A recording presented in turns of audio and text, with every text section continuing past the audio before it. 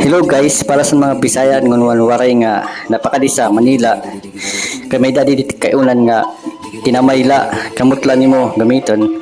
Pero may dagag gloves nga plastic para makakaon. Mo pwede ni siya kumaon kay malasa nga san sulit. Ito na mo ginorder 500 pesos man iton siya. Pero sulit kami kay busog. O kada mo san iya serving sa 500 pesos damo na iton, di ba? Sulit. Kaya adi nila sa may Masida, Corner Pahardo, Sampaloc, Manila. Ngayon kung karog niyo papasyadahon, agi kam din ni sa gabi la siya kulop na aga-abre, mga alas 5 hangtod alas 10, alas 11. Pero pag sa aga, sarado sila.